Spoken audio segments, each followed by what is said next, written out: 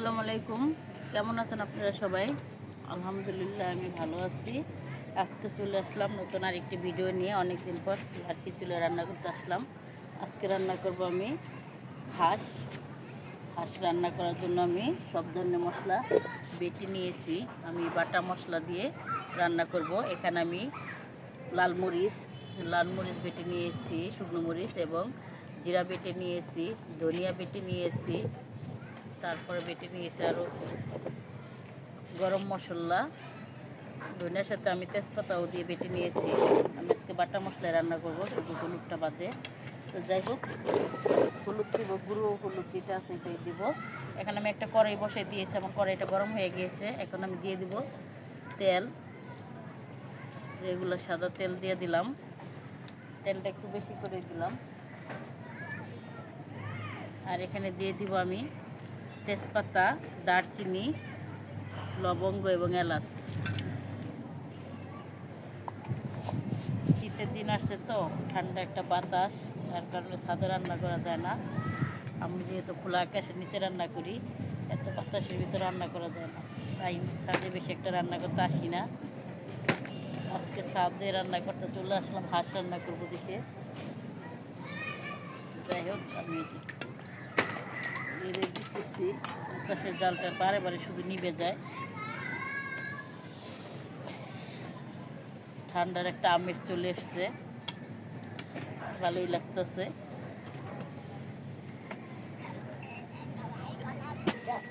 এখন আমি দিয়ে দিব কাঁচামরিচ ফালি এবং পেঁয়াজ কুচি। যেহেতু আমি ভুনা করবো হাঁসটাকে,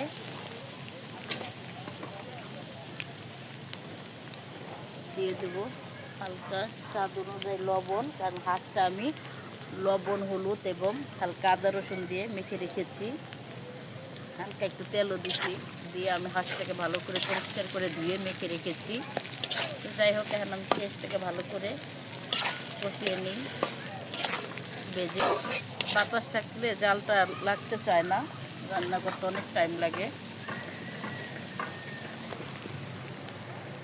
এখন আমি পেঁয়াজটা ভালো করে ভেজে নিতেছি। আমার পেঁয়াজটা প্রায় ভাজা হয়ে গেছে। এখন আমি আদা রসুন পেস্ট দিয়ে দিব, দিয়ে ভালো করে আদা রসুনটাকে ভেজে নিব।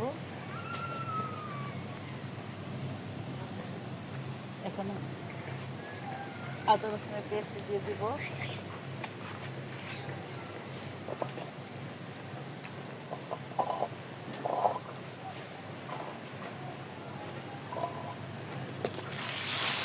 আদা রসুনটাকে সুন্দর করে ভেজে নিব, যাতে আদা রসুনের কাঁচা ফ্লেভারটা না থাকে।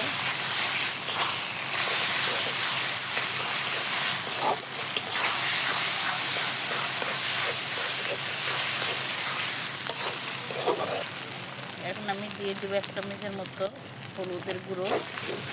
সব মশলাগুলো আমি বেটে ব্যবহার করেছি, শুধু হলুদের গুঁড়ো ব্যবহার করেছি। যাই হোক, আমি আরেকটু হলুদের গুঁড়ো দিয়ে দেবো কালারের জন্য।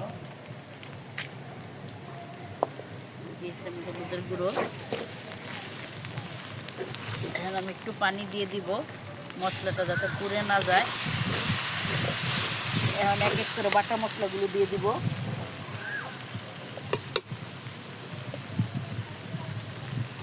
দিয়ে দেবো আমি গরম মশলা বাটা, জিরা বাটা,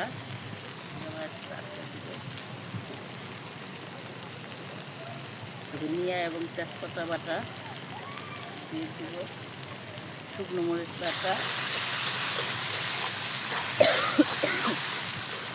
ভালো করে এখন আমি মশলাগুলোকে কষিয়ে নিব। এখন আমি মশলাগুলো ভালো করে কষিয়ে নিতেছি। আমি সবগুলি বাটা মশলা ব্যবহার করেছি। হাঁসের মাংসতে বাটা মশলাটা ব্যবহার করলে ভালো লাগে। যাই হোক, আমি হাঁসটাকে এভাবে ধুয়ে মেখে রেখেছিলাম। এখন আমি হাঁসের মাংসগুলো দিয়ে দিলাম, দিয়ে ভালো করে কষিয়ে নিব।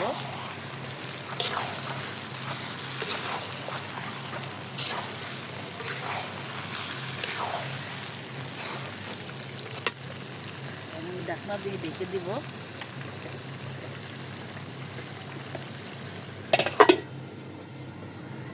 ঢাকনাটা খুলে একটু দেখবো এখন। মাংস থেকে পানি বের হয়েছে, এই পানিটা দিয়ে আমি সুন্দর করে মাংসটাকে কষিয়ে নিব। বাটা মশলার টেস্টটি অন্যরকম আছে, অনেক সুন্দর একটা গ্রাম বেড়েছে এখনই। আবার আমি ঢাকনা দিয়ে ঢেকে দিব।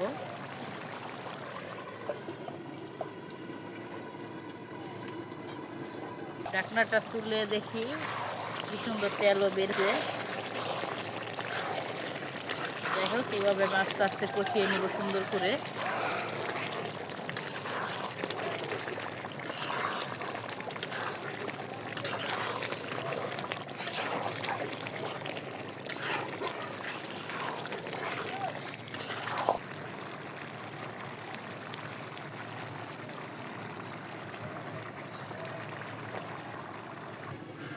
আমি আর একটু ঢাকনা খুলে দেখব। অনেক সুন্দর ফ্লেভার বের হইতেছে, বাটা মশলা ছেড়ে বাড়ছেই।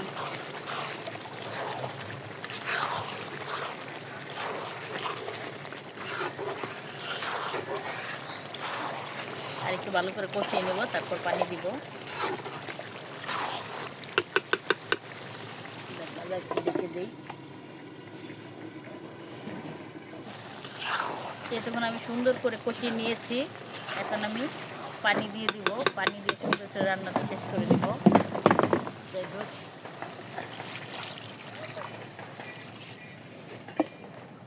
পানি দিয়ে দিলাম। আমি একেবারে ভুনাই করব, এই পানিটা আমার রান্নাটা হয়ে যাবে। যে তরকারিটা এরকম হয়েছে, রান্না হইতেছে। এই যে আমার দুষ্টমণি রান্না করতে এসেছে। যাই হোক, বাতাস আসে তাই আমি এখান থেকে একটা পর্দা বেঁধে রেখেছি, যাতে বাতাসটা না লাগে। বাতাস লাগলে চুলে জাল হয় না। আমি মশলাগুলো বেটে নিয়েছি, তাই পাটাটা এখানে রয়েছে। যাই হোক, এই তো আমাদের রান্নাঘরের রূপের দৃশ্য। আমরা এই গাছটার নিচে বসে রান্না করি।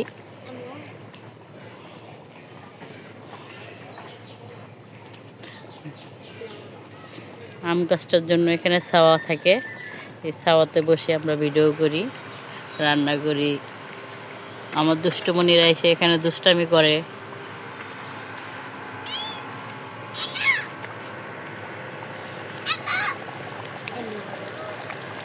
দেখো রান্নাটা হতেছে।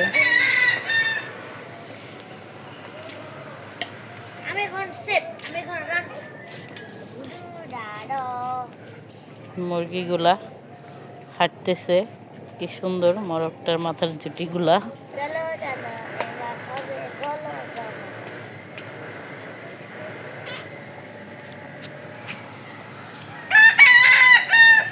মোরগের ডাকগুলা খুব ভালোই লাগে শুনতে। যাই হোক, আমাদের পাশে যেই জায়গাটা আছে ওখানে আমাদের পাশের প্লট।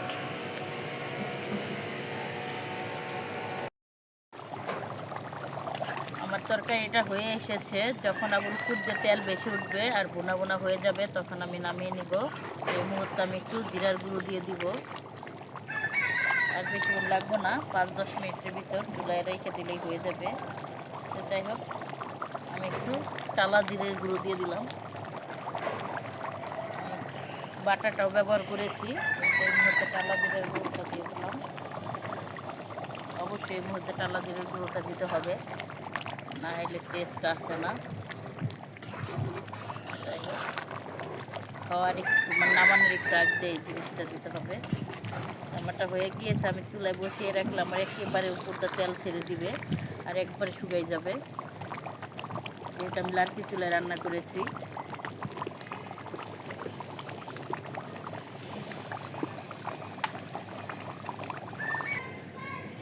মাটির জিনিসগুলো রোদে দিয়েছি, শীতের দিন হইলেও প্রচণ্ড রোদ আছে। যাই হোক, আমার গাছগুলো কেন যেন নষ্ট হয়ে যেতেছে। আমার ছাদে গাছ সুন্দর হয় না, মানুষের কত সুন্দর সুন্দর গাছ হয়। আমি গাছ লাগাইলে আমার গাছগুলো নষ্ট হয়ে যায়। যাই হোক, আমার গাছে লেবু ছিল, লেবুটাকে ছিঁড়ে নিয়েছি।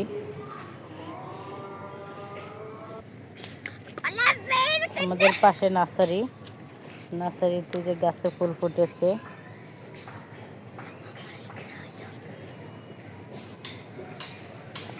যাই হোক, আমাদের লেবু গাছটার অবস্থা খারাপ। লেবু গাছটার চেয়ে এসব গাছের অবস্থা আরও বেশি খারাপ। জাম্বুরা গাছ,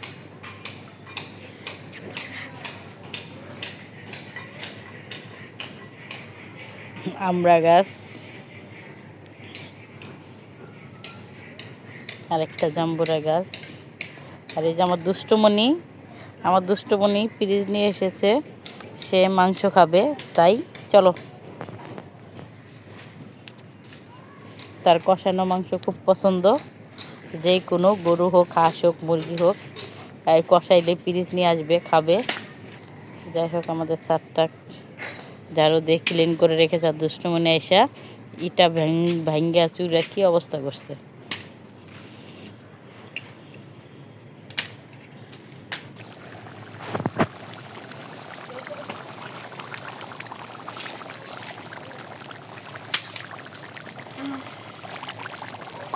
যাই হোক, আমার রান্নাটা হয়ে আসতেছে, আমি চুলাটা নিভিয়ে দিয়েছি। আমার রান্না শেষ, আমি এরকম রেখেছি।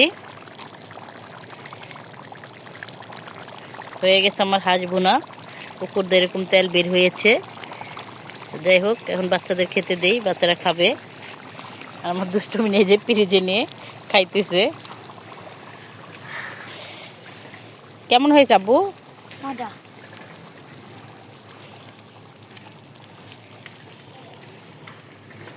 চলো।